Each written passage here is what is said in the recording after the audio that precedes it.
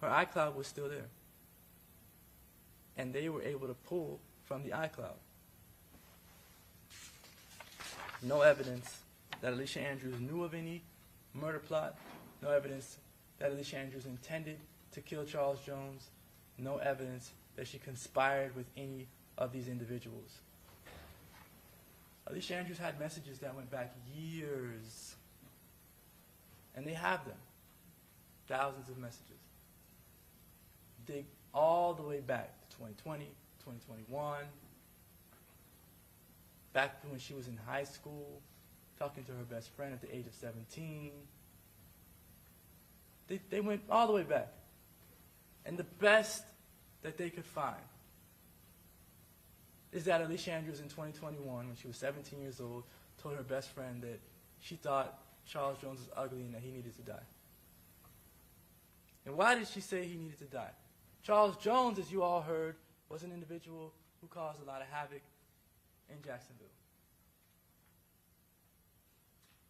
Does that mean she wants him dead? Does that mean that she was going to actually kill him? She formed it in her mind at the age of 17 that she was going to, one day, group up together with 4 individuals, go to Tampa and kill him? No, that's not what it means. It's an ignorant comment at a very young age. It's an ignorant comment at a very young age. And because Charles Jones, FOOLIO, is causing so much havoc in the city, there's only so many ways that he could stop doing that he could stop causing the killing, the back and forth, because that is what he was doing. Perpetuating it is either he stops making the music, or he decides that, hey, I'm going to make music that is actually good for the community. Or what happened? He's perpetuating this stuff. They all are, all these people in these gangs, perpetuating it back and forth. And it actually becomes reality for them. Because they're talking about it day in and day out. For money, whether it be for views, whether it be for... Bro, look, bro. Bro don't even look like he's confident in what he's saying, bro. You need to be more confident in what you're saying. You look like you just like, all right, bro, let's get this shit over with, bro. She might be fried because of them lawyers. Not just that, but the evidence too. Like, it's not looking good for her, bro. Clicks, it becomes their reality because they speak it into existence. And this is a tragic situation. All of those boys, those men that died, I don't care if it's ATK, 1200, 2100, it's completely tragic. This entire gang war that they have going on in Jacksonville, or so they call it. Individuals dying, going to prison. I mean, Alicia Andrews is really just a regular girl. And she knows people that she went to school with in middle school or high school that have died, gotten shot on school campus. These things aren't regular. These things aren't normal. This is a terrible situation that these young men are in Jacksonville. And you heard all about it throughout the trial. It's terrible, it's tragic, but it has nothing to do with whether Alicia Andrews intended to go to Tampa and kill Charles Jones. Nothing. All of what you saw was a smokescreen. All of what you saw was an attempt by the state, by the detectives, to put Alicia Andrews in a box, to put Alicia Andrews in this circle of people. California, with Prop 50, you have the power. You have the power to stand up to Donald Trump. You have the power to give America a fair midterm. For all of us, in all 50 states. Yes, on 50. Luck is just when preparation meets opportunity. We need to step out and make sure that the town sees us. I hate inside jokes. It's like Why not me involved? There was really no evidence that she really spoke to him. She spoke about him in a text message. Okay. She spoke about Robert Howard too. She doesn't know him. He doesn't know her. She spoke about Bibby. She doesn't know him. He doesn't know her. She was just speaking about things that she had seen in either real life or on social media. She doesn't know these individuals, but she knows of them. But who's paying for her lawyers? That's what I want to know. Who paying for her lawyers, bro? She might need a new one, bro. Cause, bruh just saying shit, bro. Like, of course you gonna say that, bro. You need to come with some facts. Like, bruh, she wasn't here. This is that. This is that. She didn't know this person, and pull up facts, not, oh yeah, whoopty whoop. Man, come on, bro. Nobody want to hear that.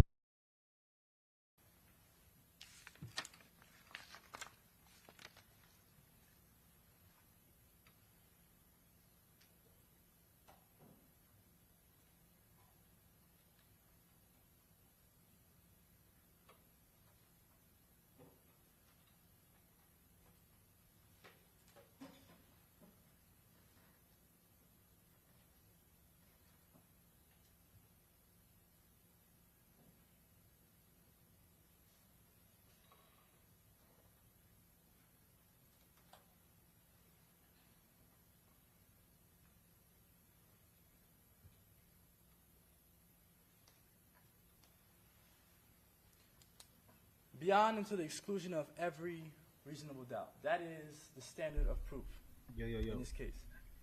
That is the standard by which the state has to prove this case. They have to prove that Alicia Andrews committed both crimes beyond a reasonable doubt. And if you ask yourselves whether at the close of evidence you felt or you knew that the state proved this case beyond a reasonable doubt, you can almost guarantee that that was not the situation. So let's talk about reasonable doubt. The judge is going to read instructions to you and tell you where you can find reasonable doubt. And I have an acronym for it. It's called CLE. You find reasonable doubt in the conflicts in the evidence, in the lack of evidence, and the evidence itself. Is there really enough evidence in this case? Think about the conflicts in the evidence, the issues that the detectives had. Think about whether there were any conflicts in Alicia Andrews' testimony. Alicia Andrews did not have to take the stand, but she did, and she told her story, and you can't teach that. It either is the truth or it's not. Alicia Andrews showed you that she has nothing to hide from you all. Nothing. This is not a police interrogation room. This is not a room that she's being pressured by two detectives in some small closed-off area. This is a courtroom. And she came in here and told you the truth about everything. And as much as the state pushed and pushed and pushed and tried to get her caught up in some lie or some story, Alicia Andrews never, not once, went impeached. Not once. So is there any conflict in Alicia Andrews' testimony? No, not at all. 100% flawless.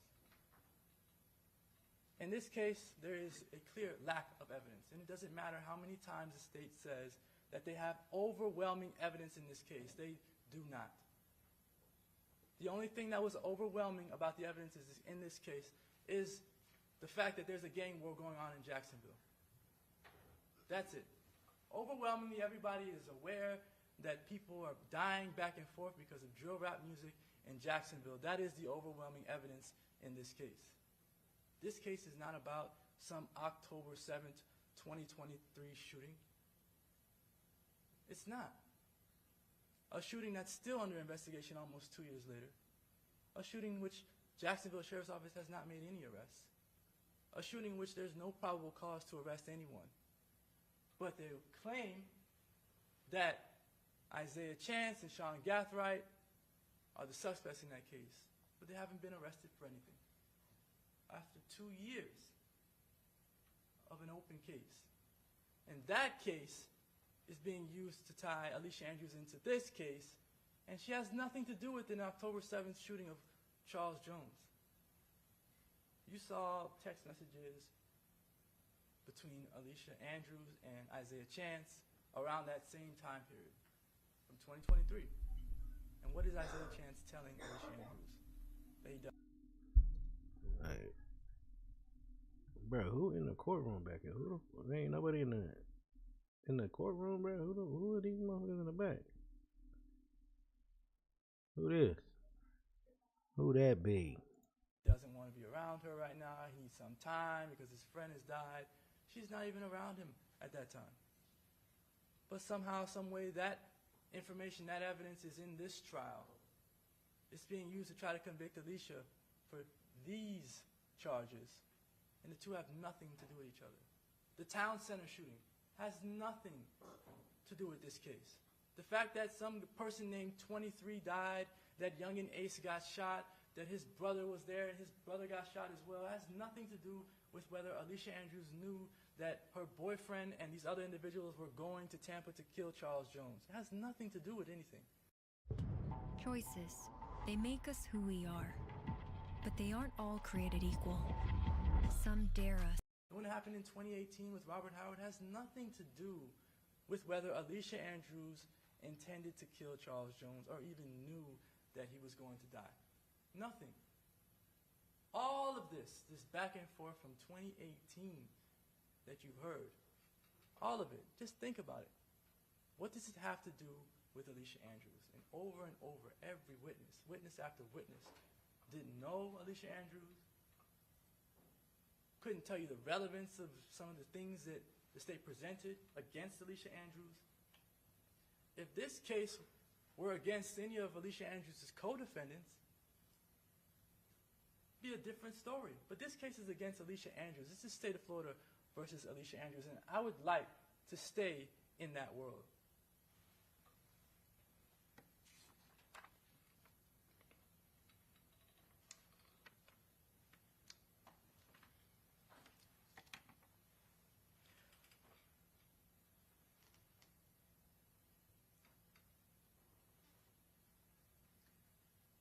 Probable cause is a standard. You heard about it in this trial. You need probable cause to make an arrest. You also need probable cause to get a search warrant. It's not reasonable doubt.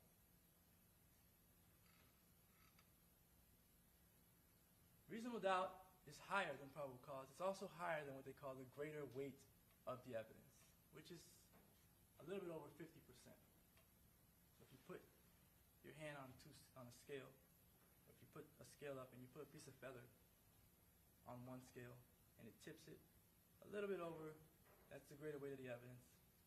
Reasonable doubt is higher than that. Reasonable doubt is even higher than what they call clear and convincing evidence. It's higher than that. Reasonable doubt, beyond reasonable doubt, is the highest burden in a criminal trial. The highest. And that comes with a great responsibility to the state. They are the individuals who own that burden, who have to hold that burden. And if there's any evidence in this case that you did not see, if there's any evidence that you wish you would have seen, that you feel should have been presented, that you need in order to make a decision, that is all on the state. The defense does not have a burden. Hold on.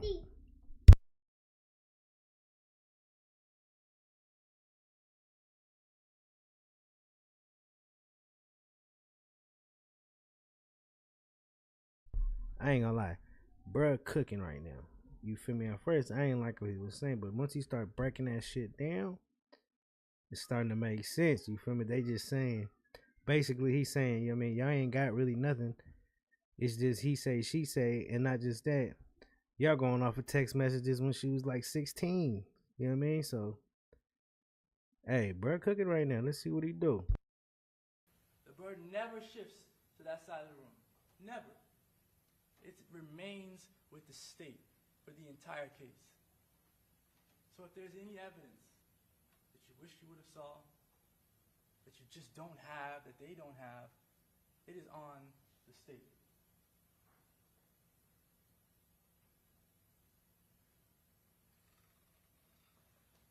Every Thanksgiving, there's a grandmother. She would make food. In her kitchen, she'd make this food for her family. She makes the food and she sits at the kitchen counter. She likes to make food with a glass of wine. She takes a sip from the glass of wine and she's making different things. She's seasoning the curry chicken, the brown stew chicken, the oxtail, the dumpling. She's handling it. And as she's taking a sip from this glass of wine, she drops it by accident. She starts to pick up the pieces of the glass and she starts to put them together. So she gets to the very last piece and she realizes she's missing a piece that she cannot find. She looks at the glass, she looks at the food that she's preparing, and not for 1 second, she takes the food, all of it, and she throws it away. Ladies and gentlemen of the jury, you all need to throw this case away. Alicia Andrews is not guilty of anything.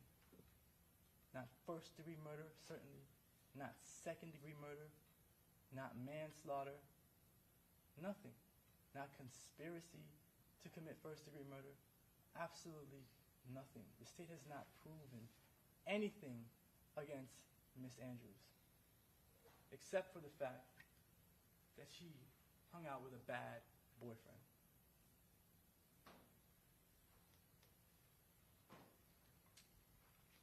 Fortunately for Miss Andrews, there are several reasons to doubt.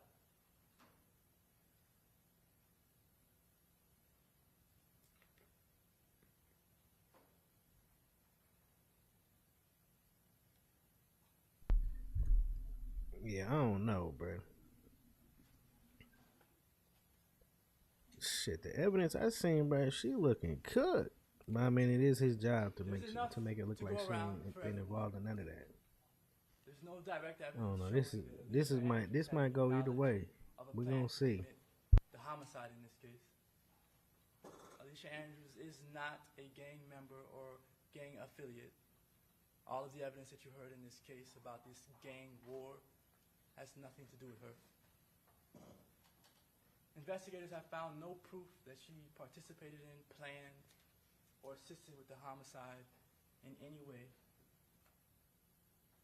In this case, when questioned by the detectives, Alicia Andrews was truthful about her involvement in this case.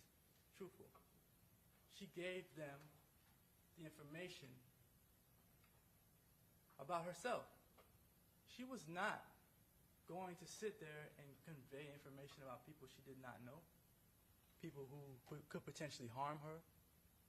She was not going to do that. And the detectives started off the conversation, both of them said it. If you don't want to talk about something, you don't have to talk about it.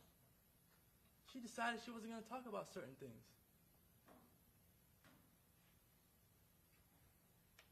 The detectives charged Alicia Andrews for first-degree murder on incorrect assumptions that she was some cover, that she was letting people in through the back door to hide their identities. Unlike the other individuals, Alicia Andrews made no attempt to conceal her whereabouts. Her phone was on, fully active. She walked into that Airbnb, the front door camera. No issues. Made no attempts to conceal that. Alicia Andrews never possessed a firearm. All the other individuals in this case had on black. Black, all black.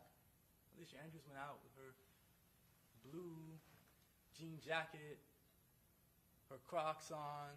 This is not attire to go stalking anyone. This is not the attire to go running around shooting anyone. She went outside, colorful as ever. Hold on, bro. So you telling me that there's nobody out there that is gonna pull up in some Crocs and get busy? You crazy, bro. I seen motherfuckers get busy with no shoes on, bro. Motherfuckers being flip-flops getting busy. Bro, I don't know what alright, whatever, bro. He gotta defend her, so it is what it is. But yeah, bro. You don't gotta be in all black to get busy, man.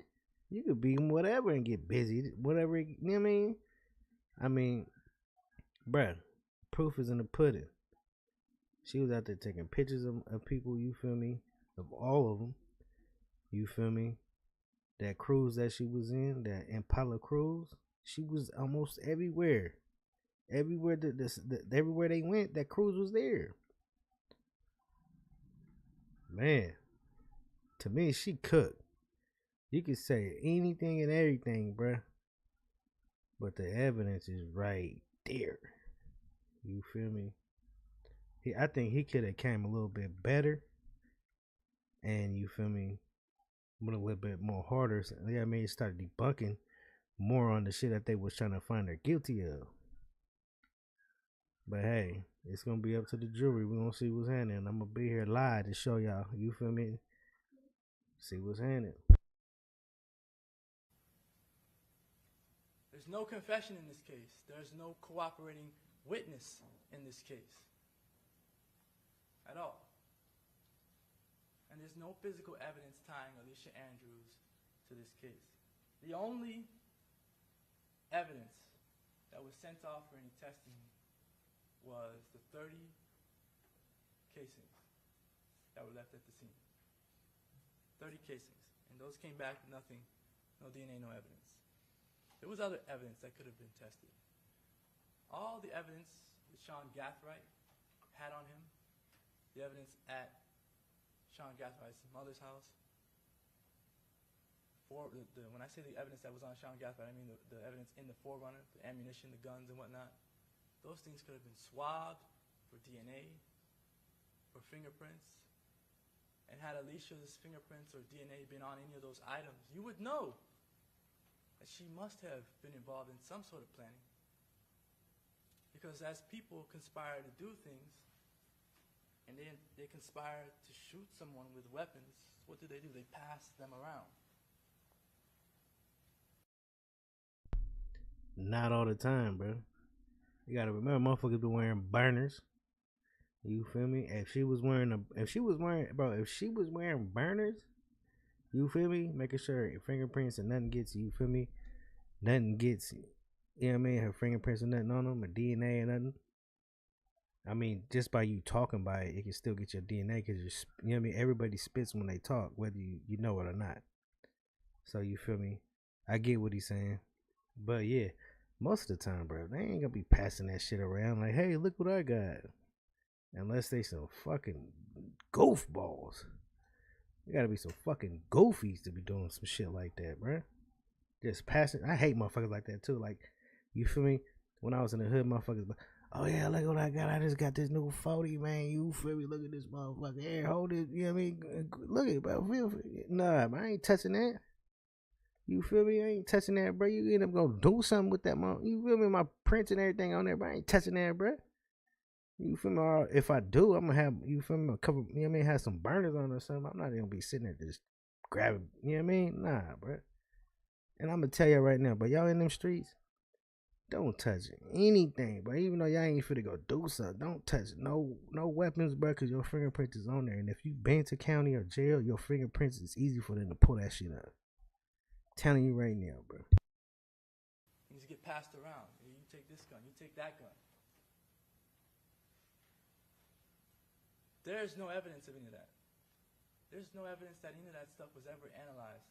Not by the ATF, not by Tampa Police Department, not by Jacksonville Sheriff's Office, not by the Gwinnett County Police Department. This was a multi-agency effort.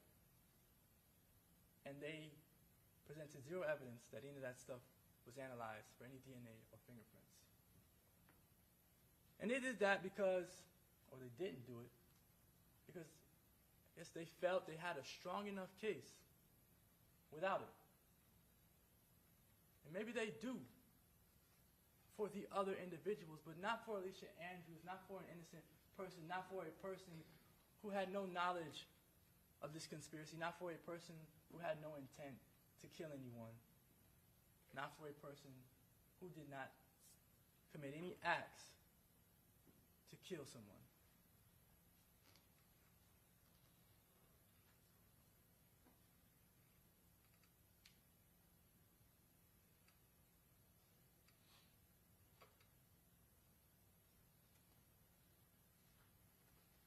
I want to go over a particular jury instruction, this principal jury instruction.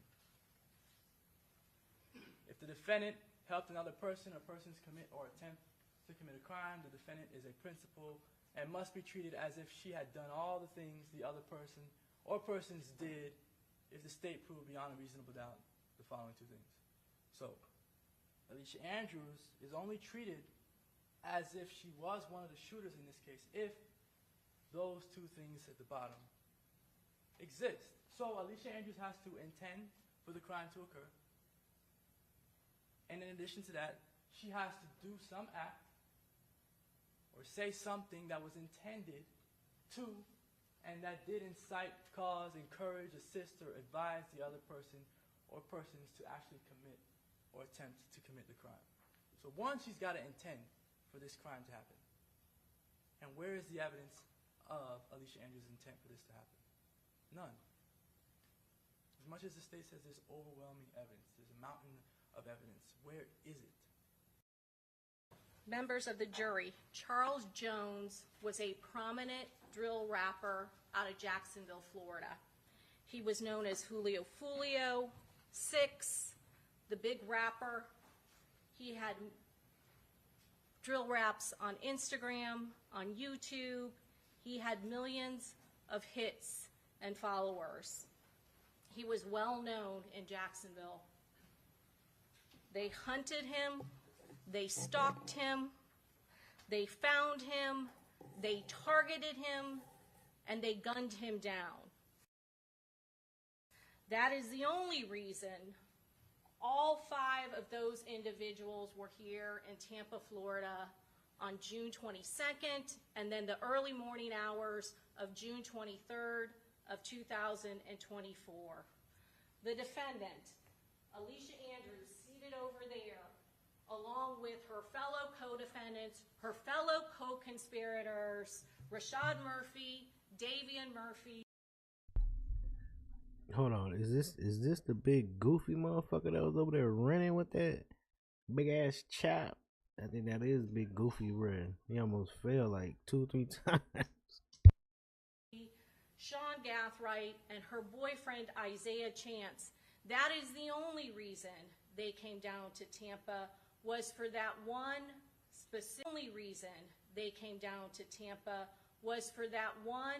specific purpose, to hunt and gun down Charles Jones. This was a rival gang war that has been going on in Jacksonville for years and years. You have seen those drill rap videos. You have seen the type of videos that they are. And Charles Jones came down to Tampa to celebrate his birthday with friends. Charles Jones had posted online drill rap videos disrespecting the other side, disrespecting ATK, disrespecting members of 1200. And the other side did the same thing. You saw those videos from Young and Ace, and the ones produced from ATK, and the ones produced by 1200. Both sides made fun of other members that have been gunned down in this horrific gang war that has been going on in Jacksonville for years. And one of the songs that Charles Jones made was When I See You, specifically making fun of the town center shooting where Young and Ace was shot and his little brother killed, and 2 other members of their group were killed, including someone who went by the name of 23. who was close to Isaiah Chance. Share the gift of a good night's sleep during the Buy One, Give One event at the Living Spaces Sleep Center. When you shop, they had intimate conversations about this rival gang war that had occurred. Overruled.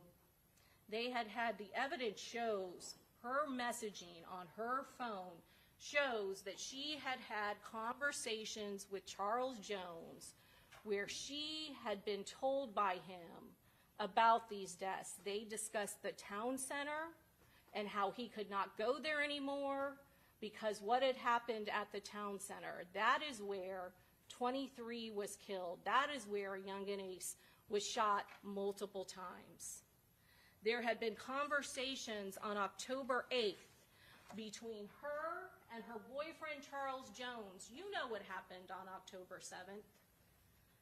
Charles Jones was shot. There was an attempt on his life in Jacksonville.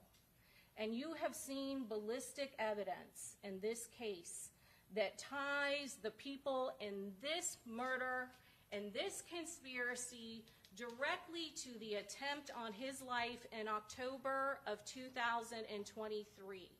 Sean Gathright, who is the arms person, who is the arms supply person, who supplies the weapons, who has the weapons and takes them away and transports them in the Chevy Impala and then transports them in the Toyota 4Runner and then eventually to his house. When he gets stopped in that Toyota 4Runner, there are rifle shell casings that are tested and compared to the shell casings that are collected from the October 2023 attempted murder, aggravated battery of Charles Jones that happens in Jacksonville, Florida. And it is the same gun that fires those shell casings, the ones that are found in SeanGathright's vehicle and the ones that are found at the attempted murder scene of Charles Jones in October in 2023. They tried to kill him before and were not successful. Hold on, bro. Did she just say that they caught bro with the bullets and everything that was in the same, you feel me?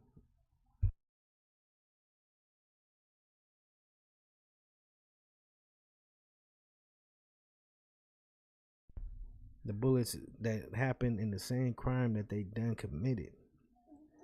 Bruh, listen, if you doing shit like this, bruh, first thing you do is get rid of the chop, get rid of the bullets, everything, bro. What are you doing, bro? They can come back. That shit can come back too. You get caught with that shit. All they gotta do is test. Boom. This right here matches this. This matches this, and that's how you get your dumb ass. See, nowadays y'all want to flex all in the cameras and shit with these, you feel me, chopsticks and whatever, but. Look, bro, back in my day, bro, you handle business, you get rid of that motherfucker. You don't have that motherfucker nowhere near nobody. You gonna go buy a new one. Especially if y'all getting this money out here off this rap. Y'all better go be able to go buy, you know what I mean? Chopstick after chopstick. Why are y'all using the same shit for the same crimes, bro? Come on, bro. Y'all gotta get better than that. Even in the movies, it tells you that, bro. Like, come on, bro. Y'all gotta get better out here. Y'all motherfuckers out here just loose with it, bro. Straight goofies. If you don't know what you gonna do on the hit, don't do it. Period. Or don't do no hit. Period. Don't do no hit, bro. Take care of your family, man. Stay out of jail. But look, that's some goofy shit, bro. You sitting here riding around with the same thing you just down, bro, with, or you just, you feel me, attempted to down, bro, with. That's attempted, you feel me? Come on, bro. You gotta move better than that.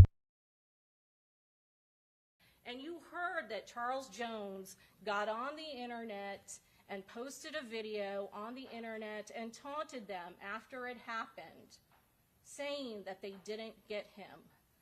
They planned to murder him, and this time they were not going to miss. This is a well-orchestrated, planned, first-degree, premeditated murder. State's Exhibit 22. This is at the Home to Suites. and we put many clips together, but this is Charles Jones, and this is his black Dodge Charger parked in front of the Home to Suites, and his girlfriend is behind him in her car. And you can clearly see that he is seated in the front passenger seat of that Dodge Charger.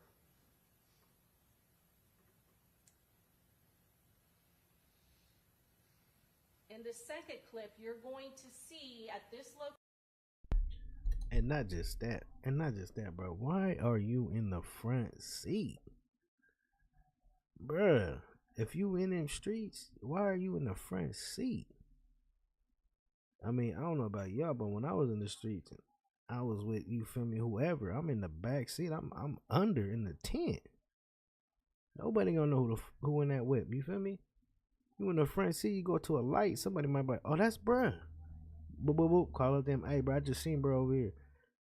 Be in the back seat, especially if you got tent, bro. This is crazy, bro. Especially if you a wanted man, you got money on your head, you don't want to be seen nowhere, especially getting out, going to the hotel. You better have somebody get out and go do that.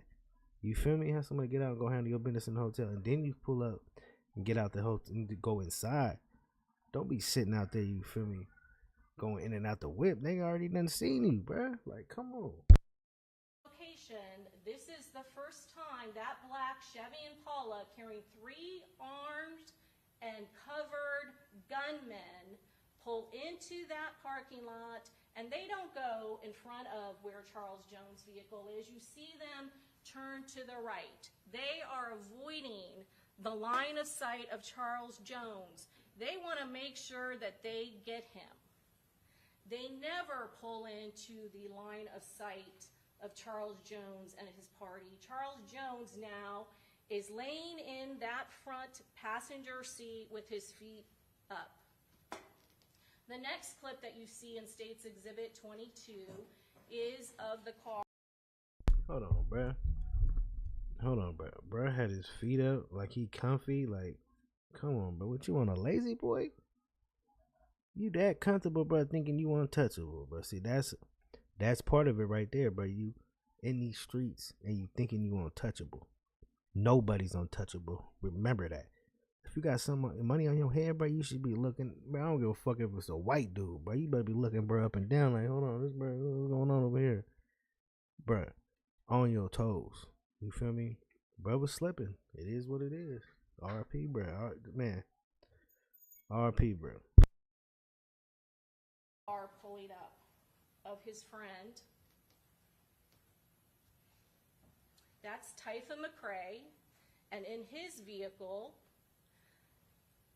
is Camilla Bentley and Aaliyah Albritton. They pull up next. That's the next thing that happens in the sequence of events. The black Chevy Impala has already pulled in. It is now circling the parking lot so it can stay out of view.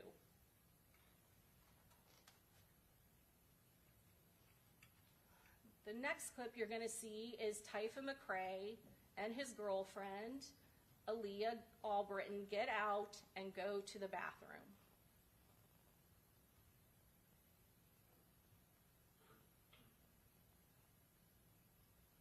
Camilla Bentley gets into the front passenger seat. The next sequence is the silver Chevy Cruze. We all know who is in the silver Chevy Cruze. It is the defendant along with her good boyfriend, Isaiah Chance. They circle. They don't go to the right. They directly go by the cars of the victim and the victim's party. These are cars that they are very well familiar at this point, because they have seen these cars at 2 other locations. They saw it first at Teasers, and they saw it at Truth 18. It is not a coincidence that the silver Chevy Cruze followed them to this location and then pulls off into another parking lot while it waits for that black Chevy Impala with the 3 armed and masked gunmen to get there. They are waiting for the gunmen to get there. And when the black Chevy Impala gets there, they come and they directly look for the victim and the victim's vehicles. Again, State's Exhibit 22. You're going to see that silver Chevy Impala with the defendant and her boyfriend circle around, and they are going to the exact area where the black Chevy Impala is. The second clip. After they have gone to where that black Chevy Impala is and the black Chevy Impala has parked, they then are now leaving, and they again are going for a direct line of sight where the victim and his friends are parked and sitting in their cars. State's Exhibit 22, you're going to see at this very moment, they can see where the victim is. That silver Chevy Cruze is passing where the victim is seated in that passenger seat. They are the eyes. They are the surveillance tracking team of this mission. And make no mistake, this is a mission. The assault hit team is the black Chevy Impala with 3 armed and masked men. 2 of the men are having assault rifles. Their faces are covered. One of them has... Yeah, she cooked, bro. They got her on camera. Listen, bro. If you in these streets, this is the dumbest place to do a hit. Cameras everywhere. Look at, I'm pretty sure they already done zoomed in, got her on the fucking car, bap, took the picture. She's in the whip because she's already spotted at 2 or 3 different locations, and each location got cameras. They zooming in, bro. They zoom in on your pimples, bro. That's what I'm saying, bro. You gon' I ain't gonna say that, but look, this is the dumbest place to do a hit, bro. Tell you that right now. A hotel, bro, where they got fucking hundreds of cameras? Come on, bro. It's all black. The other has a white ski mask. And then the third shooter has a Glock with a switch that makes it a fully automatic gun. With a switch that makes it a fully automatic, has a Glock with a switch that makes it a fully automatic gun and a weapon. You're going to see in this next clip that the first person to fire is the person with the firearm. And it's very clear what person they are shooting at, what person they are targeting. They are targeting the victim, who is the passenger in the black Chevy Impala. They don't care about any of those other cars that flee and crash. In this next clip, you're going to see that they are specifically targeting the victim. Now you see how they ran up, right? And FOOLIO is over here. You feel me? Like y'all need to be on your toes, bro. Y'all need to be on your toes out here. Come on, bro. You seen that silver cord more than one time. How you not know? Okay, bro. There goes that silver car again, bro. Me, you feel me? Man, bro. You ain't even gotta be in that much beef to just be like, hey, bro, you seen that car come by? Bro, I swear I just seen that car on. Woo, woo, woo. The motherfucker keep coming by, bro. Go pull up on and see what's happening. Or let's get up out of here. You know, something fishy, bro. We gotta get up out of here. Let's go to another hotel. Let's go. You know what I mean? Like, I don't know, bro. I can't say this, and that. That's just my opinion. Everybody gonna have their opinion. So let me know in the chat what y'all think. Hey, I understand, you feel me? It's hard because motherfuckers is just busting at you. So you ain't, you know what I mean? When you're in that situation, you're not really thinking straight. You know what I mean? But I'm not gonna drive towards bro that's busting. Like, that's just an easy, you feel me? You gonna easy, you know what I mean? They follow his car. They continue to fire upon his car. That is the only car that they are interested in, because the person who has taunted them, the person who they unsuccessfully tried to kill months ago, survived. And now they are going to ensure that he dies. State's Exhibit 22. They are heavily armed. They are prepared. They are masked. They brought artillery with them. They are ready to kill. Here comes a big Charles goofy. Jones. Big Goofy should never be on the hit because everybody gonna point him out. Big They Goofy. didn't just kill Charles Jones. When they came to Tampa and they shot up that parking lot, there were many victims. There were 2 people that were in that car with Charles Jones. Xavier Edwards was shot. You see his injuries in this photograph. Gino Norris was shot. Not in a gang. Law enforcement very clear on that. Another victim in this crime. Camilla Bentley also shot, not in a gang. They didn't care who they hurt. They just wanted to kill Charles Jones. They weren't the only victims in this case. They shot up a public parking lot in a hotel that had guests, that had families, that had people that were dropping off their children at University of South Florida, that is just across the street from Fowler Avenue, the other road that intersects McKinley where those hotels are. They shot up hotel rooms that had families in it, husband and wives and children. They didn't care who they hurt. Their focus was on Charles Jones, and they wanted to make sure that they killed him.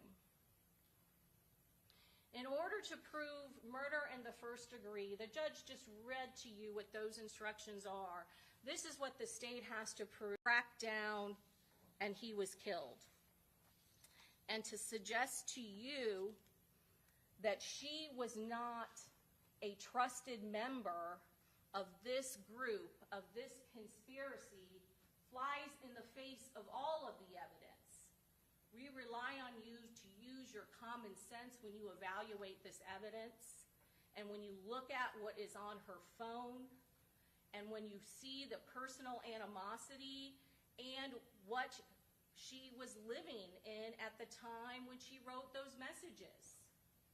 The one message that isn't in evidence, when I asked her about Antonio Tilley and the person who died the day before Charles Jones is shot in the foot.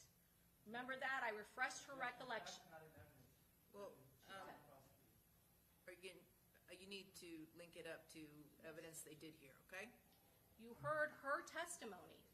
I questioned her on her conversations with Isaiah Chance, her co-defendant, her boyfriend, the person that she continues to protect again and again and again.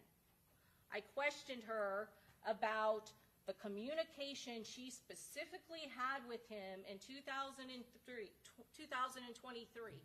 not 3 years before this homicide, less than a year before this homicide. And she claims she knows nothing about the gang stuff. She knows nothing that is going on. There is more than one conversation with her and Isaiah Chance about what is going on in this gang war and who has been killed, personal in their lives. One you saw in evidence, the town center, where it is clear they have talked about it before, because her response when she realized it's about the town center and that 23 has been killed there, she says, I forgot. I'm sorry, we don't have to go there. That conversation is in evidence. You also have testimony from her on the stand specifically about the death of her boyfriend's good friend, Antonio Tilley, that occurred on October 6th. They're probably gonna push this shit out till Monday, bro. October 7th of 2023. This bitch, she be talking about it. She gonna convince the jury for sure. Oh, I can't really remember. So we refreshed her recollection. It's not in evidence, but we refreshed her recollection with the conversation. All of a sudden, she remembers it, right? That's what she does. She doesn't remember it until she's faced with hard evidence. She sees that conversation, and now she's got to answer questions about it, right? And what is it about? It is about another person close to her boyfriend that has died in this gang war. It's about Antonio Tilly's death. He is upset about it. And before I can even get a question out, she says, oh, yep, he didn't want me to be around him at that moment. He was so upset, he didn't want me to be around. He needed to be by himself. And then there's another conversation on October 8th, the very next day, where he has done something and they have talked about it. And he needs her to be loyal. See, right here, look. Bruh, do not be pillow talking, bruh. As soon as you get to pillow talking, it's a wrap, because then she gonna know everything, and not just that, it's gonna get out, bruh. Whether you know it or not, it's gonna get out, bruh. Keep that shit to yourself, man. Remembers that, right? She would have you believe, now that we've confronted her with that evidence, that he wants her to be loyal, and that she needed to delete that conversation that they had texted about. Oh, and they texted? Oh, no. The same boyfriend that she has testified to you about domestic violence, that she's afraid of him. Now you hear that she's worried about him and that he needs her to be loyal, and that he's confided something to her on that day. That is the day that Charles Jones is shot in the foot. That is the crime that also is connected to this case and evidence of all of the perpetrators' intent. They tried to kill him in October and failed. They were successful here in Tampa on June 23rd of 2023. Sloppy. This is like one of the sloppiest hits in drill history. Sloppy, bro. In front of a hotel, bro. Cameras, man, I'm tired of saying it, bro. Come on, bro. A hotel gonna have like 50 cameras, bro. Them motherfuckers gonna have cameras everywhere. That evidence is so important. Conspiracies to commit first-degree murder don't happen in front of eyewitnesses. They don't happen in the light of day. They happen in dark places where people know that it is a crime and they know what they're doing and they want to get away with it. Actions speak louder than words. The defendant is never going to come in here and admit to being involved in a conspiracy to commit first-degree murder. Defendant is never going to be admitting to anyone, to law enforcement, or on the stand about her knowledge, to agreeing to be a... Own a vacation rental? If it's not listed on Booking.com, it's invisible to millions of travelers on our platform. Don't let your vacation rental be invisible. Get seen, get booked. So what about appreciate you tapping in? Booking.com, Booking.yeah. Grip, stability, precision. That's the essence of driving. Lawfin. Her phone. Nobody from... And that is why you saw those photographs from her phone. Nobody from the state side ever suggested to you that she is a gang queen pin. Nobody has suggested to you through law enforcement, to any witness the state put up with law enforcement that is an expert in this gang war in Jacksonville. They have all said the same thing. She is not in a gang. She is not charged with being in a gang. Why is all of that relevant? Because, again, to law enforcement, she lied about it. She lied about knowing anything about the gang. She wants them to believe that she has no knowledge. She wants them to believe that she doesn't even know about her boyfriend's nickname, Gutta.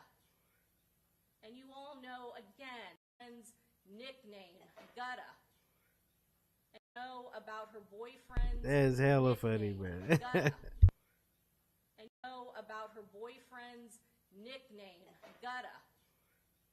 And you all know, again, The evidence is overwhelming that that is a lie.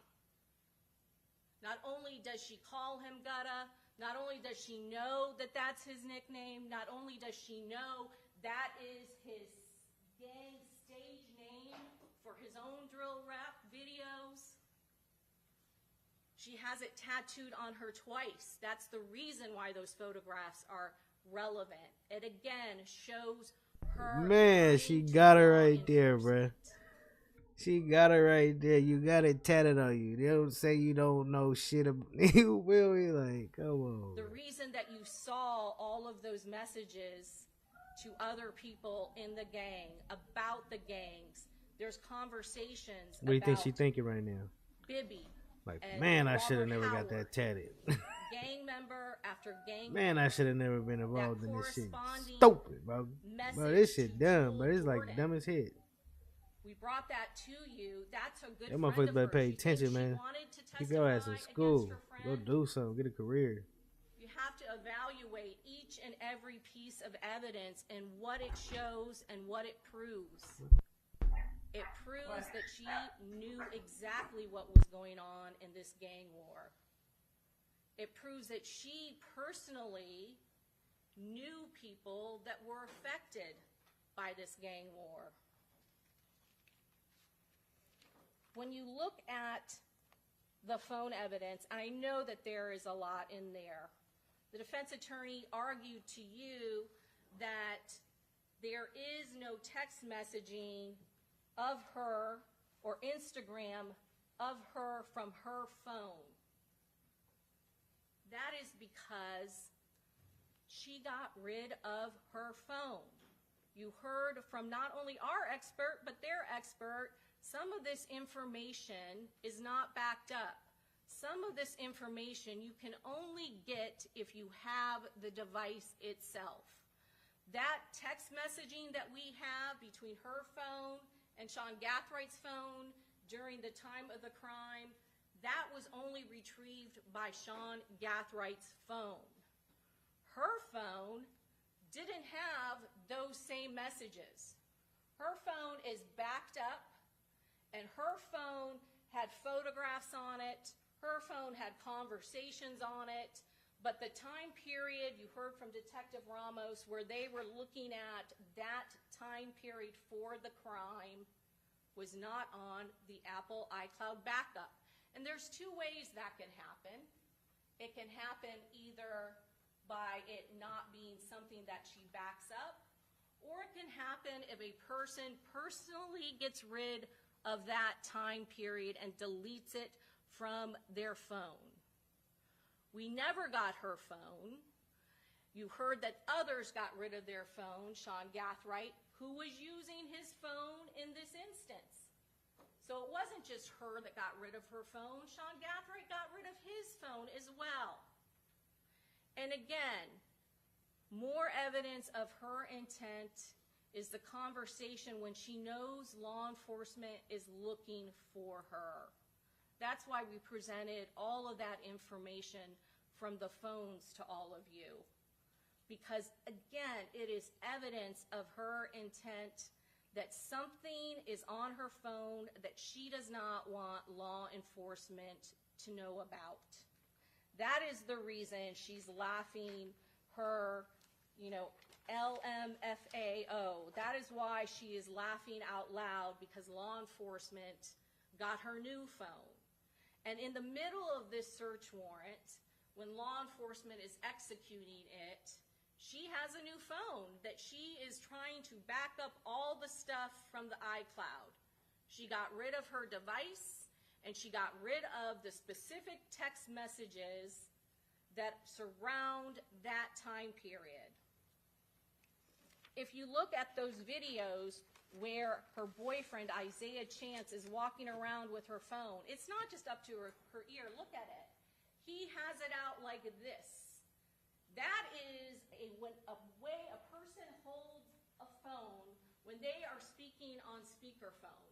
There are conversations happening, and there are calls that are being made and communicated between him and the shooter's vehicle. And they keep on suggesting to you that the call, the attempted call that is in the call detail records happened when he is out in that parking lot in Teasers. That is not, if you look at the timing, both by our expert and the defense expert, the timing is clear. That's why we went through so much trouble about making sure the timestamp is accurate at each and every video that you heard.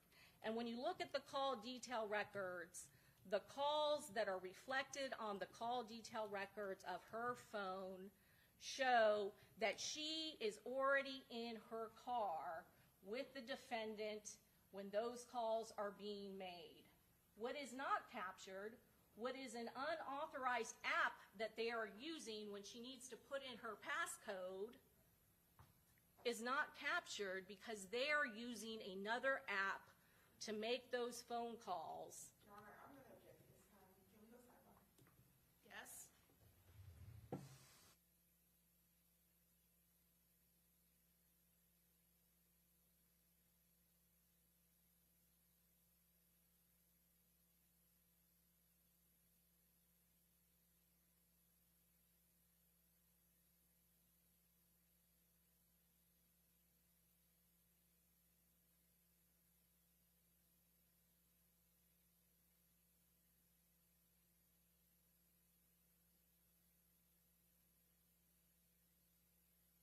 Her phone.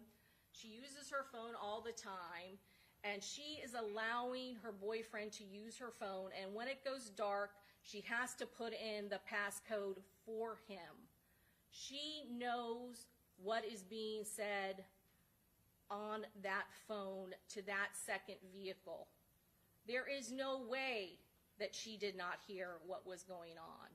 There is no way that she did not know everything that was planned to occur in Tampa. This whole story about teasers, and now to make it, I guess, that she didn't lie to law enforcement this one time about the bouncers, they're saying that that was about that was about the Players Club. That makes it even a worse story, because now it isn't that she didn't get to go to 2 clubs, now it's that she didn't get to go to 3 clubs. All 3 clubs were either too packed, overpriced. Is it based on it's too packed based on the parking lot and the amount of cars in the parking lot? If that were really the truth, then they never would have had to get out of their vehicles. But again, that crime is on video. And you know the only time they get out of their vehicle, that is to see if the victim is at that location, at Teasers, at Truth 18. That is why they are there. The defense attorney talked to you a little bit about the jury instructions. He talked about murder in the 2nd degree, and so I just want to touch briefly upon it. There is another instruction that you will hear from the judge, and that is that you should find the defendant guilty of the highest crime that has been proven beyond and to the exclusion of all reasonable doubt. And the top count for count 1 is 1st degree premeditated murder. And principle applies to this. Principle also applies to murder in the 2nd degree. But this case, murder in the 1st degree, is the top count, and all of these elements have been proven at beyond and to the exclusion of all reasonable doubt. And the reason why I'm putting this back up is because the death, count 2, if you look at element 2, count 1, the death was caused by the criminal act of Alicia Andrews. That always is going to be read in a principal case. She is never alleged to have touched a gun. She is never alleged to have been one of the shooters. She is guilty as a principal. And because she is a principal, you have to put her and treat her as if she had done all the things the other person or persons did if the state proved beyond a reasonable doubt she intended the crime to occur, and that she did some act or said something that was intended to and did assist the other person or persons to actually commit the crime. That is read in conjunction with murder in the first degree, which this is a murder in the first degree. This is the highest crime, the top count that has been proven in this case. The second, the lesser to murder in the first degree, is murder in the second degree. The principal instruction also applies to this. So when the defense attorney is up there arguing to you that Charles Jones is dead, obviously that has been proven beyond a reasonable doubt. The death was caused by the criminal act of Alicia Andrews. That the principal instruction also applies to that. So if you find that a lesser has been included, you don't say that she's not guilty just because she's not the person that committed the criminal act. The principal instruction applies to that. If you're looking at murder 2, that there was an unlawful killing of a victim by act imminently dangerous to another and demonstrating a depraved mind without regard for human life, and then it describes what the act includes. It also says in order to convict of second-degree murder, it's a distinction for first-degree murder. It is not necessary for the state to prove the defendant had any intent to cause death, but she can still be convicted as a principal. What separates second-degree murder from first-degree murder is premeditation. Premeditation, we've already gone over what that means. And in this case, there was premeditation. There was planning. There was getting weapons. All of that is a conscious intent, a reflection for a homicide to be committed. And that's what separates first degree from second degree murder. And with the judge's instructions, you will hear that you should find the defendant guilty for the highest count that has been proven beyond and to the exclusion of all reasonable doubt. And in this case, when you hunt and you stalk a victim in order to kill him, that is first-degree premeditated murder. The defendant argued in his case that the defendant was cooperative and truthful to law enforcement. You heard all of that evidence, and we argue and submit to you that she may have said one or two truthful things, but the majority of what she told law enforcement was not true. You will see all of the messaging on the phone. You will see the conversations that she had with all of her friends. You saw the photographs. And here's another one, again, from her Apple iCloud that has been put into evidence. State 75C3 was not published, but we asked her specifically about Kay Shorty, another person in one of those photographs that you saw where that person is throwing gang signs. I'm not going to read all of it to you, but she's having a talk with him. And again, it is about more and more gang stuff. She is having a conversation with him, and if you look at this, it goes more and more about the death of Bibby and why he is so torn up about it. So this is state 75C3. Another person that we showed you a photograph that she is friends with that is in her phone.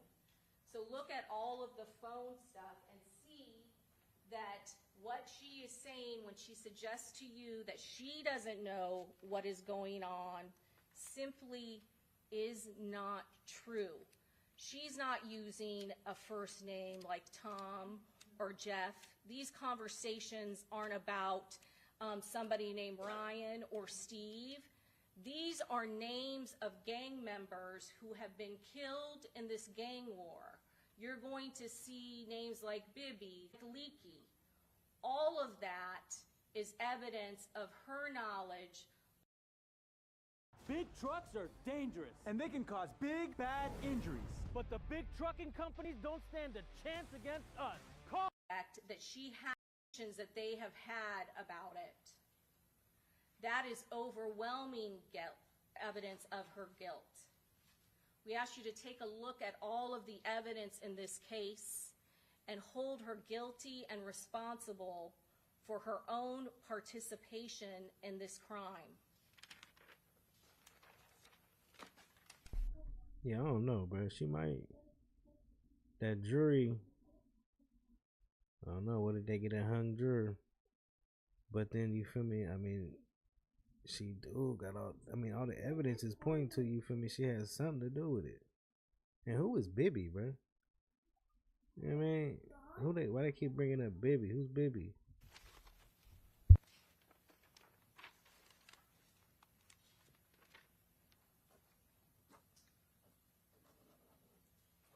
Oh, so FOOLIO on the live, baby. Okay.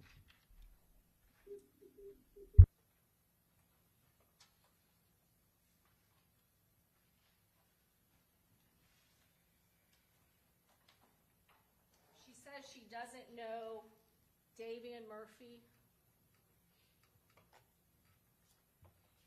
and she don't know Rashad Murphy.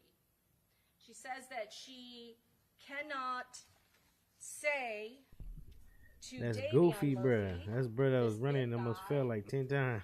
Goofy ass. that he shouldn't be smoking because she's pregnant. That's not what she says to law enforcement. In fact, and that's not even what she says on the stand. She's not saying that she's not giving their names because she's afraid of them. She's not saying she's not giving them their names because they're in a gang. She's saying she's not giving their names because she don't know them. She doesn't know he's in a gang, that she's not going to give any information on these people. And then in the same testimony on the stand, she is saying that she is afraid because they have not offered her any protection. Why does she need it? She didn't know anything happened. That's what she's telling you. She didn't know anything, any crime had occurred. She didn't know Davian Murphy, doesn't know that he's connected to a gang, even though he's related to the person who was killed at Rains High School when she went there. She doesn't know that Rashad Murphy is in a gang. She don't know him. She don't know them. I don't know those people, right? And in the same breath, she is saying that nobody offered her protection. Did she look afraid in that interview? Did she look scared talking to law enforcement? Did she look intimidated talking to law enforcement? Or was she laughing? Was she bored? Was she annoyed? Hey, the district attorney always be having all some of the crazy evidence shit in to this say, case show That's crazy. that the victim in this case was killed. All of the evidence in this case shows that the way that he was killed is... I'm gonna tell you right now, bro. If she was really in that fucking car, bro, she cooked. It is what it is. She cooked because she been at more than 3 or 4 spots. That's conspiracy, bro. You cook. There's no getting at it. Don't matter how much your lawyer done, you feel me? It don't matter how much bread your lawyer done took, bro. You cooked. You was at more than 2 or 3 locations. You done. Because you know them cameras, bro, can zoom in and bop. Oh, that's bro. It's first-degree premeditated murder. And the way it was done, it was planned, it was premeditated, and none of that can be done unless everybody talked about it. Presumption of innocence, the state has the burden of proving the crime with which the defendant is charged was committed, and the defendant is the person who committed the crime. The defendant is not required to present evidence or prove anything. Whenever the words reasonable doubt are used, you must consider the following. Proof beyond a reasonable doubt does not mean proof beyond all doubt. A reasonable doubt is not a mere possible doubt, speculative, imaginary, or forced doubt. Such a doubt must not influence you to return a verdict of not guilty if you have an abiding conviction of guilt.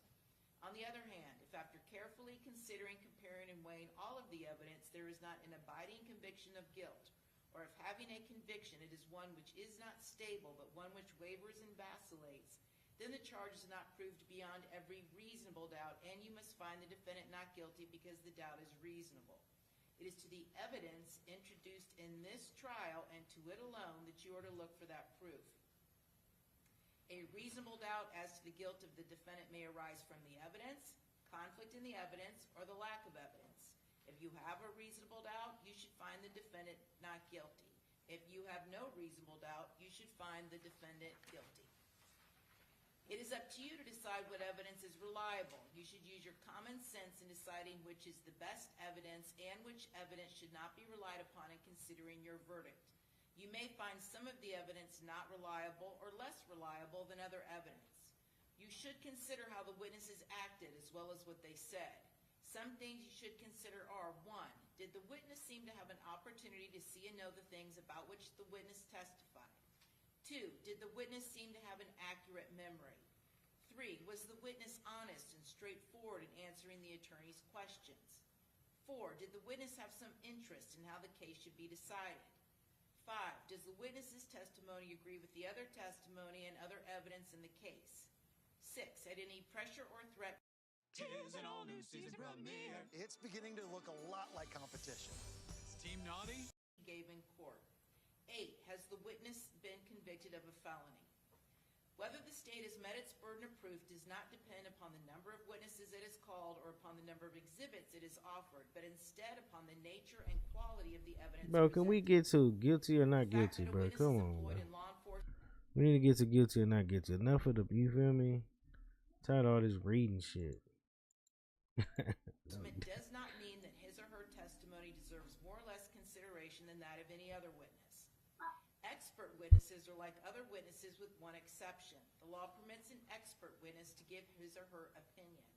However, an expert's opinion is reliable only when given on a subject about which you believe him or her to be an expert. Like other witnesses, you may believe or disbelieve all or any part of an expert's testimony. The defendant in this case has become a witness. You should apply the same rules to consideration of her testimony that you apply to the testimony of the other witnesses. It is entirely proper for the lawyers to talk to a witness about what testimony the witness would give if called to the courtroom. The witness should not be discredited by talking to the lawyers about his or her testimony. You may rely upon your own conclusion about the credibility of any witness. A juror may believe or disbelieve all or any part of the evidence or the testimony of any witness. A statement claimed to have been made by the defendant outside of court has been placed before you. Such a statement should always be considered with caution and be weighed with great care to make certain it was freely and voluntarily made. Therefore, you must determine from the evidence that the defendant's alleged statement was knowingly, voluntarily, and freely made. In making this determination, you should consider the total circumstances, including but not limited to: 1, whether when the defendant made the statement she had been threatened in order to get her to make it, and 2, whether anyone had promised her anything in order to get her to make it. If you conclude the defendant's out-of-court statement was not freely and voluntarily made, you should disregard it. There are some general rules that Bro, she got 2 more papers, bro. Follow these rules in order to She got 2 more papers. Come on, bro. Enough of this bullshit, bro. Guilty or not guilty, bro? God damn. If you fail to follow the law, your verdict will be She got 2 more papers, bro. justice. There is no reason for failing to follow the law in this case. All of us are depending upon you to make a wise and legal decision in this matter. 2, Yeah, they probably gonna have the verdict on Monday. Decided only upon the evidence that you have heard from the testimony of the witnesses and have seen in the form of the exhibits in evidence and these instructions. 3, this case must not be decided for or against anyone because you feel sorry for anyone or are angry at anyone. 4, remember the lawyers are not on trial. Your feelings about them should not influence your decision in this case. 5. Whatever verdict you render must be unanimous. That is, each juror must agree to the same verdict. 6. Your verdict should not be influenced by feelings of prejudice, bias, or sympathy. Your verdict must be based on the evidence and on the law contained in these instructions. Deciding a verdict is exclusively your job. I cannot participate in that decision in any way. Please disregard anything I may have said or done that made you think I preferred one verdict over another. You may find the defendant guilty as charged or guilty of such lesser included crimes as the evidence may justify or not guilty. If you return a verdict of guilty, it should be for the highest offense on the verdict form for each count that has been proven beyond a reasonable doubt. If you find that no offense has been proven beyond a reasonable doubt, then of course your verdict must be not guilty. The verdict must be unanimous. That is, all of you must agree to the same verdict. Only one verdict may be returned as to each crime charged. The verdict must be in writing, and for your convenience, the necessary verdict form has been prepared for you. It is as follows. In the Circuit Court of the 13th Judicial Circuit of the State of Florida and in for Hillsborough County Criminal Justice Division, State of Florida versus Alicia Latoya Andrews, case number 24 CF 11996, Trial Division 1, verdict form. We, the jury, find as follows as to count 1. Check only A, B, C, or D. A, the defendant is guilty of first-degree murder as charged. B, the defendant is guilty of second-degree murder, a lesser-included offense. C, the defendant is guilty of manslaughter, a lesser-included offense. D, the defendant is not guilty. We, the jury, find as follows as to count 2. Check only A or B. A, the defendant is guilty of conspiracy to commit first-degree murder as charged. B, the defendant is not guilty. So say we all, dated this blank day of October 2025, and then there's a signature line for the foreperson of the jury to sign and print their name. A separate crime is charged in each count of the indictment, and although they have been tried together, each crime and the evidence applicable to it must be considered separately and a separate verdict returned as to each. A finding of guilty or not guilty as to one crime does not affect your verdict as to the other crime charged. In just a few moments, you will be taken to the jury room by the bailiff. The first thing you should do is choose a foreperson who will preside over your deliberations. The foreperson should see to it that your discussions are carried on in an organized way and that everyone has a fair chance to be heard. It is also the foreperson's job to sign and date the verdict form when all of you have agreed on a verdict and to bring the verdict form back to the courtroom when you return. During deliberations, jurors must communicate about the case only with one another and only when all jurors are present in the jury room. If all right, come on, what's happening? To the restroom, the deliberation should stop until the juror returns. You are not to communicate with any person outside the jury about this case. Until you have reached a verdict, you must not talk about this case in person or through the telephone, writing, or electronic communication such as email or any other means. Man, you know damn well they on YouTube, bro, watching this shit, bro. For real. Communication rules apply until I discharge you at the end of the case. If you become aware of any violation of these instructions or any other instruction I have given in the case, you must tell me by giving a note to the court deputy. Many of you may have cell phones, tablets, laptops, or other electronic devices here in the courtroom. The rules do not allow you to bring your phones or any of those types of electronic devices into the jury room. Kindly leave those devices on your seats where they will be guarded by the court deputy while you deliberate. If you need to communicate with me, send a note through the court deputy. If you have voted, do not disclose the actual vote in the note. If you have a question, I will talk with the attorneys before I answer, so it may take some time. You may continue your deliberations while you wait for my answer. I will answer any questions, if I can, in writing or orally here in open court. During the trial, items are received into evidence as exhibits. You may examine whatever exhibits you think will help you in your deliberations. These exhibits will be sent into the jury room with you when you begin to deliberate.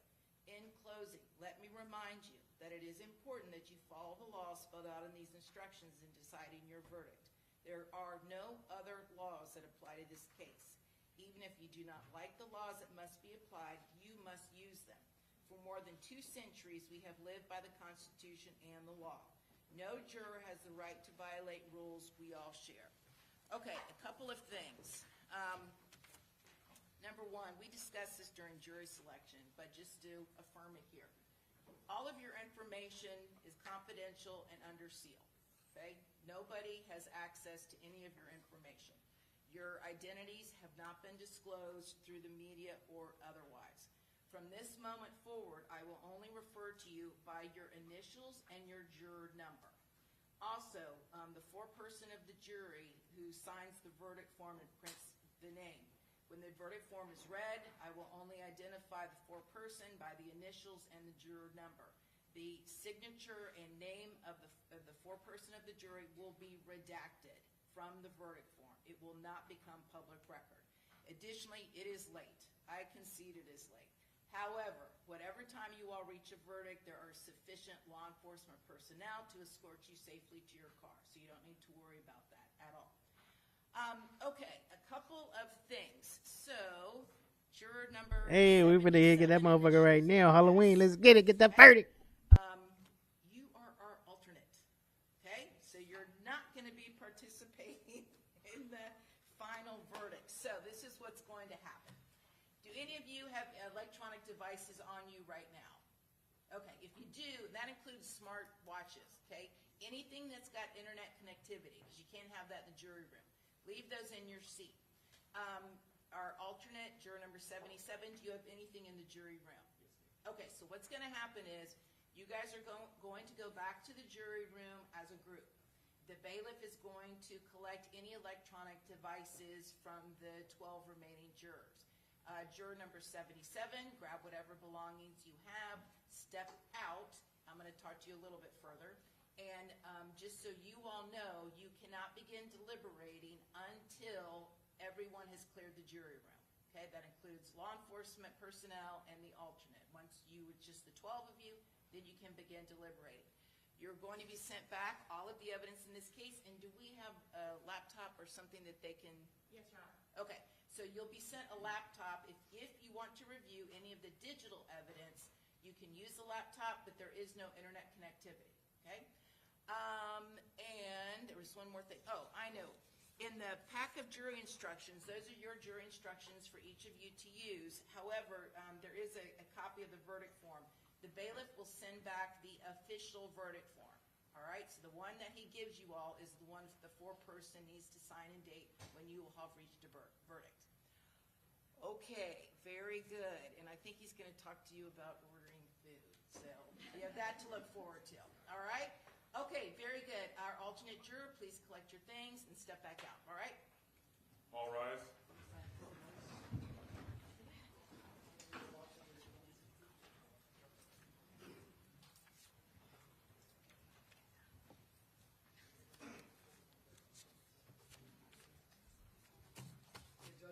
Yep. Can we just text the family that they're going back? Or?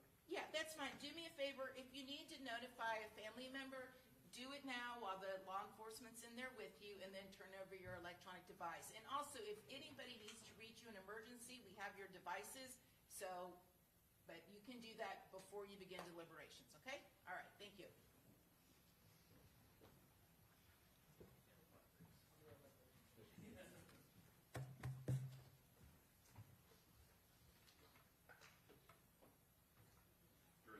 Okay, just waiting on the alternate.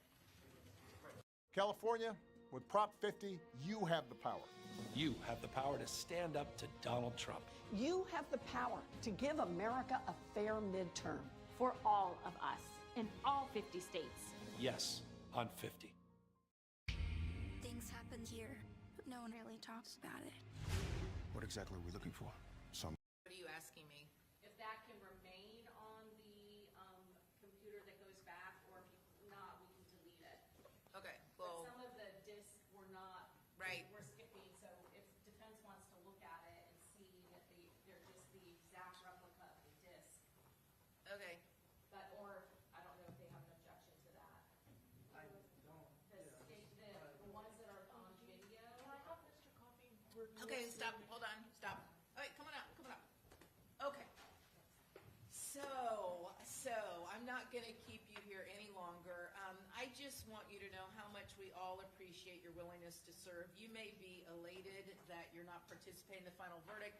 You may be incredibly disappointed. We have to have 12 members of our community agree to serve on these juries. As you can see, a lot goes into these trials. And if one of the other jurors had gotten sick or had a family emergency and had to drop out, I would have to declare a mistrial. We have to start all over again. So I sincerely hope that you don't feel your time was wasted. We are indebted to you. All of us are indebted to you so very much. So with that, you're now free to talk to anybody that you would like about this case. You're free to stick around. You're free to run out of here as quickly as you can, whatever you wish to do. And on behalf of everyone involved, again, thank you so very, very much. Thank you. Okay, thank you. Jury exiting.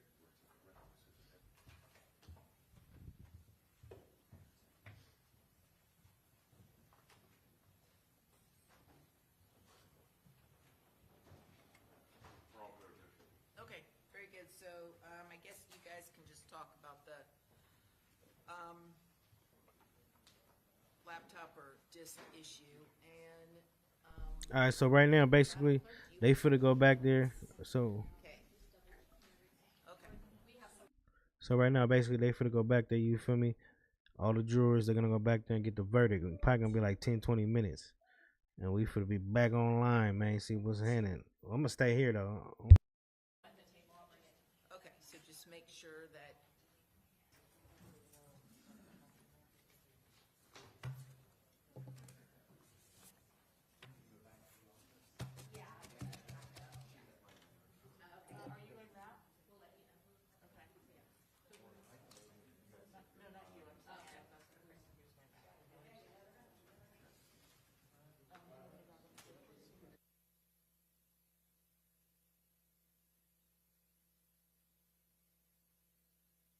Yeah, FOOLIO, bro. You live by the gun, you die by the gun. That's a fact.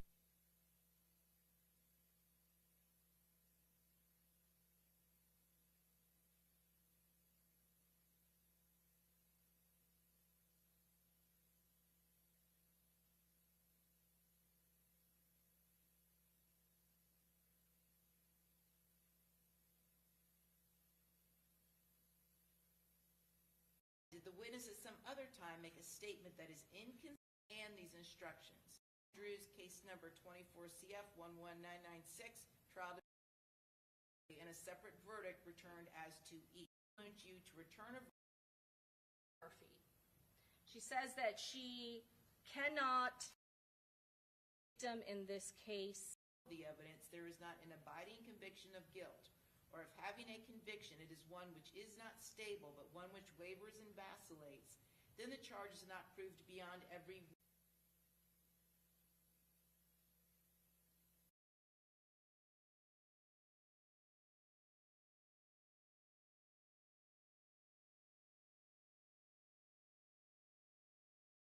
Have you spoken to other individuals using your phone before? Yes. Do you know why? No, but I assumed it's maybe because he don't want him to have his number. When he would speak to individuals on your phone, would he always speak around you? No. Would he sometimes leave the room? Yeah. All right. And do you question him about why he's using your phone or why he's leaving the room? No. Why not? I mean, it wasn't really a big deal to me at first.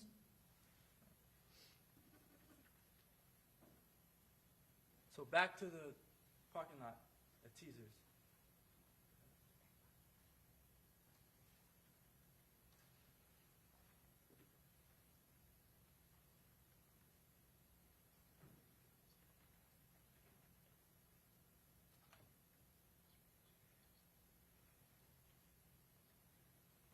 I'm going to publish State's Exhibit 41.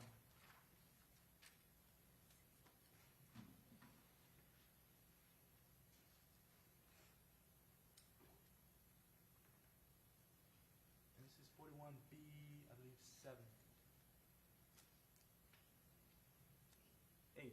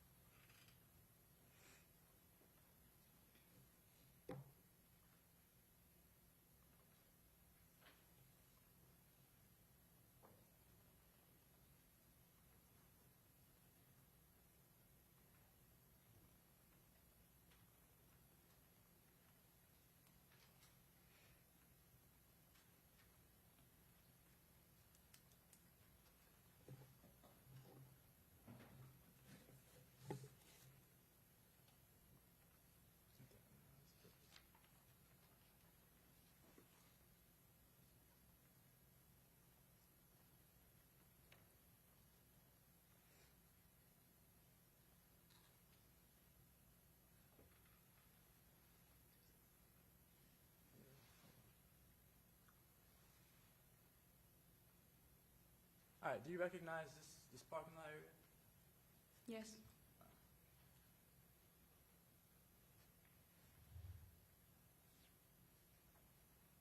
Do you recognize the car that's the silver car there, the top of the screen? Yes.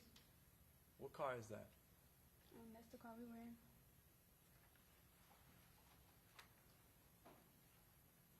At this time, do you know where the other 3 boys are at? No, I don't. Do you care about where the other 3 boys are at? Your object to calling the co-defendants boys. Sustain the objection. Do you know where the other 3 men were at? No. And do you care where these other 3 men were at? No.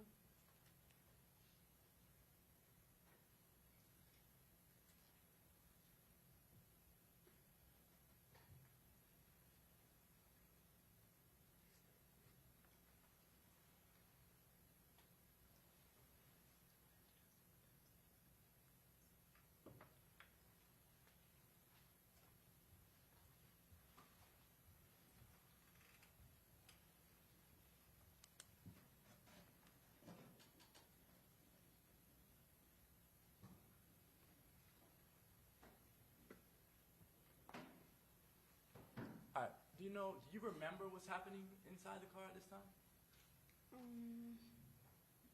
I think we were just sitting there talking at first. All right. And again, you're not driving this vehicle? No.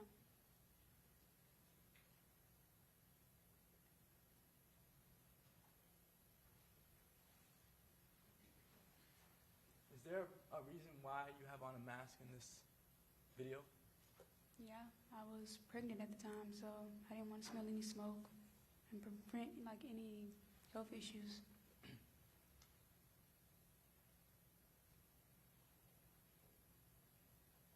Why did you think that you might inhale smoke? Because usually the clubs in my city, like the lounges, as soon as you go in, they let you smoke, so it'd be a lot of smoke in there. I didn't know how it was down here, but just in case I wore one. All right. Did you wear a mask to conceal your identity? No. Did you have on a hoodie? No. What did you have on?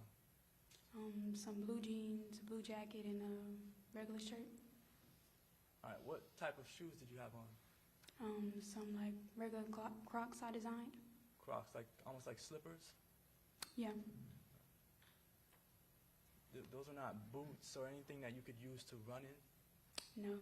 They're like the fancy ones where you get to put the things in them. I don't know what they call them. When you say thing, you mean the pins on the top of the shoe? Yeah, like you get to put what you want to put on them. Okay. Are you and Mr. Chance getting out of the car now? Yes. Does Mr. Chance tell you that he's going to this club so he can find FOOLIO? No, he didn't.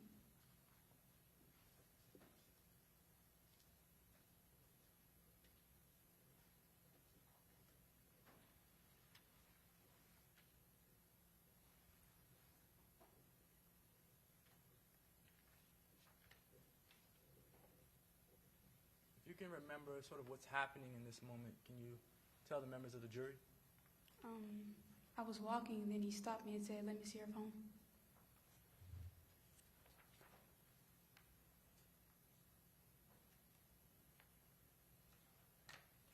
At this time, are you trying to conceal your identity at all? No. Are you ducking or hiding or crouching behind any vehicles? No, I'm just walking. Are you stopping when he stops? Yes. And are you following him? Yes. Do you know what he's doing with your phone? At the time, I just assumed he was trying to call someone, and they wasn't answering. Did he talk to anyone in that clip? No.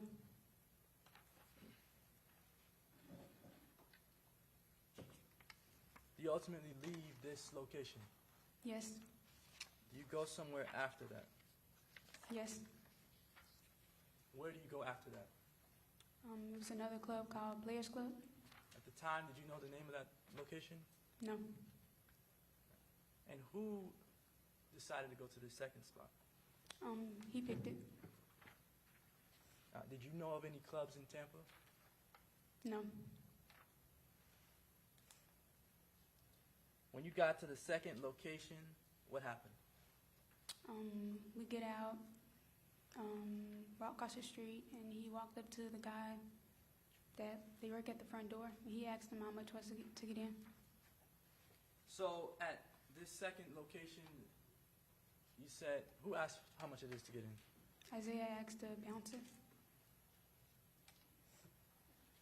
And what happened when he asked? I don't remember the exact words, but he told him a price, and I guess he didn't like the price, so he just walked off.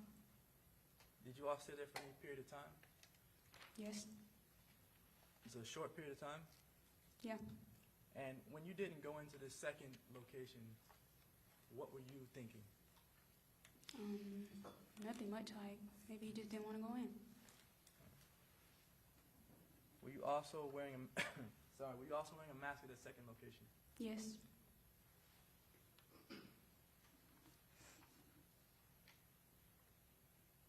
Did you go somewhere else after that? Yes. Where'd you go next? Truth 18. At the time, did you know what Truth 18 was, the name of it? No. Did you know who was going to be there? No. Did you ask Isaiah a chance to go to Truth 18? No, he picked that. Did he ask you for permission to go there? No. When you get to Truth 18, what do you do? We sit there first, then we get out. He just starts to walk. He still has my phone, so I just walk after him. Okay. Do you know if he talks to anyone while he's on your phone? Yeah. Do you know what app he's using to communicate with individuals? No, at the time I didn't know. Do you know if he's talking on FaceTime with anyone? I believe it was FaceTime at that club that one time. At Truth 18? Yes. And do you know who he was talking to at the time? No. When he's talking to the individual at Truth 18, there's a photograph that you've seen in evidence of the downstairs at Truth 18. You remember that photograph? Yeah, I remember it. All right. At the time that the photograph was taken, did you take the photograph? No. All right. From looking at it, what can you tell about that photograph? I remember him flipping the camera because we came to a stop, and he said, like, man, he said that, man, this shit crowded, and he flipped the camera and was showing somebody on the phone. Okay. Do you know who he was showing that on the phone? No. And when you say he was showing it on the phone, this is like he's showing it live? Yes. All right. And do you know how that live viewing became a screenshot photograph in your phone? I think he just took a screenshot of it. At the time, even though you didn't know exactly who he was talking to, did you, I guess, figure that it was one of the three men? Yes, because he also said, where y'all at? Did he say anything about Julio? No. Did he show you a firearm or anything like that? No. Did he say anything about wanting to kill Julio in front of you? No.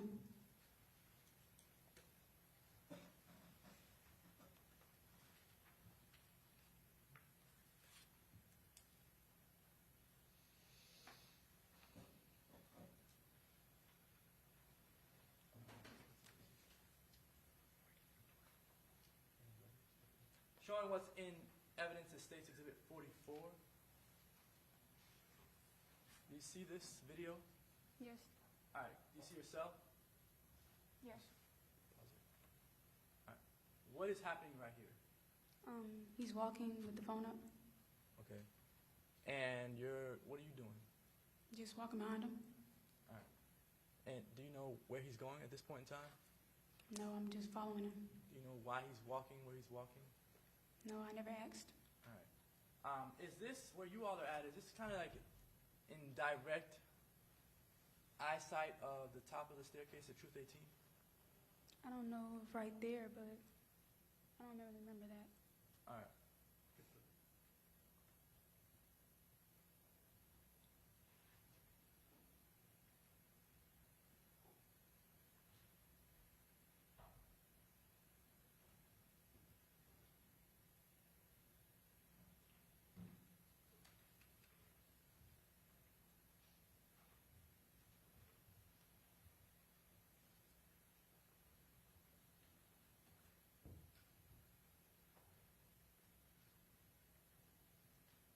see you walk towards the sign and then back towards the right?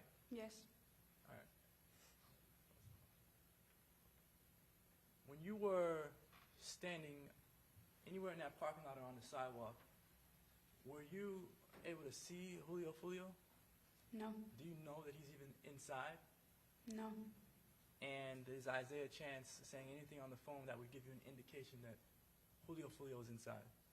No. I only actually heard him say two things. He said that it was crowded and where y'all at. Okay.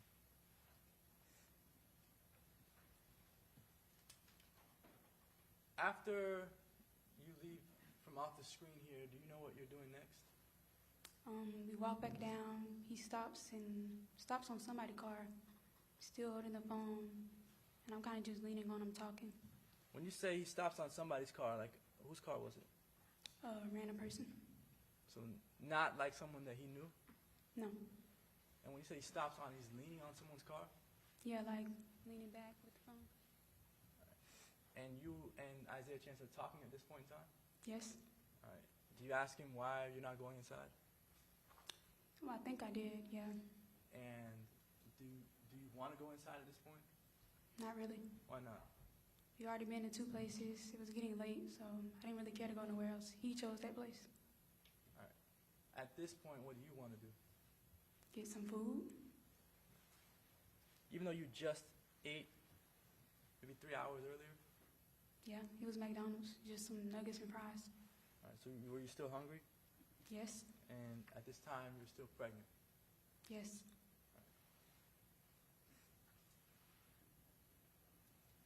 After you leave Truth 18, do you go somewhere else? Yes. Do you know where you're headed after you leave Truth 18? No, I mentioned food, so I assumed he was going to go get me food. All right. What does he do when he leaves Truth 18? Does his behaviors change anything at all? Yeah. In what way? I mean, he started to act weird. I'm like, where are we going? He drive off to, I believe it was a college campus.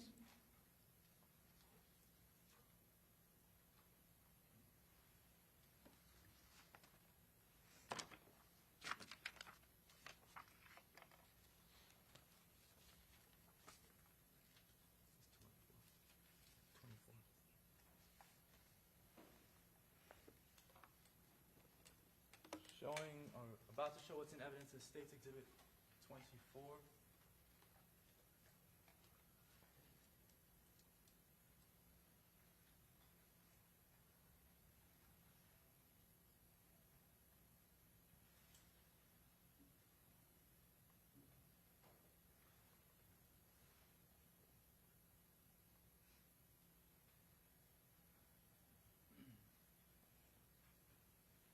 Do you recognize this exhibit from earlier? Yes. You ever been to this location before? Yes. Well, okay, I'm sorry. Before this incident, Oh, had you well, ever no, been there before? that day, yeah. And did you recognize this area when you were in that area? No.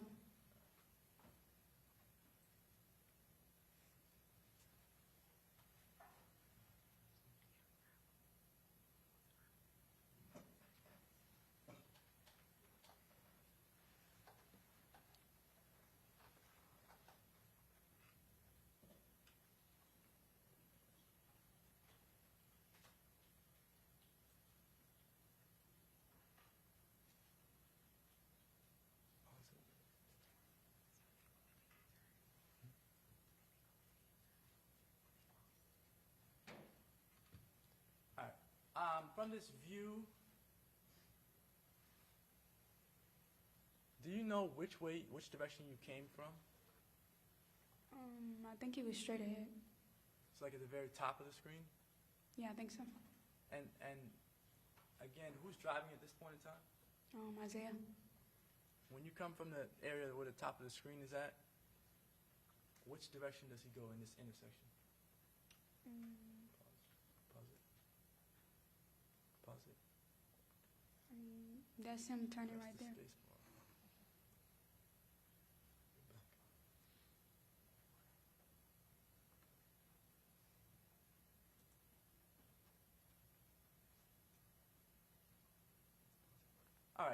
So you came from the top. How did you end up on this corner making this right here?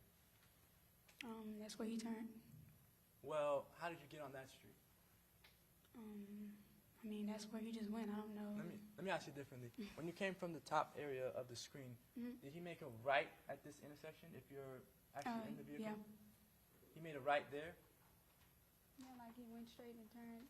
All right. And then did he make a U-turn to get to where he's at now? I believe so. All right. And for sure, that's the cruise that you were in? Yeah. Just let it play. All right. Now, the cruise is off camera right now. Is that correct? Yes. What happens when the cruise goes off camera? He makes a stop in USF parking lot. What does he do when he makes a stop? He hops out of the car. And when you say USF parking lot, is it in an actual parking lot that he stops the car? No, it's like in the middle of the lot. All right, so it's not in an actual space? No. When he hops, you said he gets out of the vehicle? Yes. All right, what does he do when he gets out of the vehicle? He gets out my phone and he walks away. He had your phone still? Yes. And you said he walked away from the vehicle? Yes. What did he do when he walked away from the vehicle?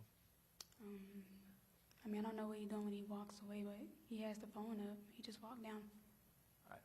At this point, did you follow him? No, I'm still in the car. He left the car on. Why did you not follow him? I didn't know he was getting out. He just came to a complete stop and hopped out. All right. When he did that, did you think that that was strange? Yeah. Did you know at that time that he may be trying to kill someone? No, I didn't. Did he tell you that? No. After he hops out of the car, how long is he out of the car for? I think it was like a couple minutes. It wasn't very long, though. Does he get back in the car? Yes. When he gets back in the car, do you say anything to him? No. Why not? I mean, I didn't know what to say.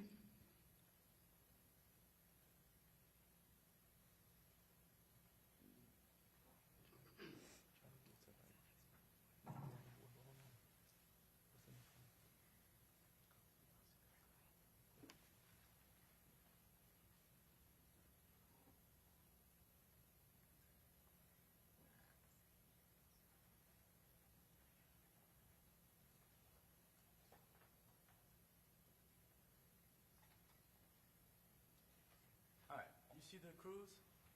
Yes. And you see the red light? Yes. When he ran the red light, what was going on in your head? Why is he driving crazy? Did you say anything to him at that point in time? Yeah, I'm like, where you going? Did you look at him? Yeah. And what was he doing? He just holding the phone up, driving. Was he talking to anyone? No. So why was he holding up the phone? I think he was looking at something on the messages. All right.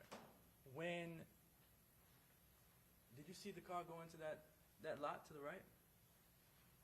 No, I didn't see it.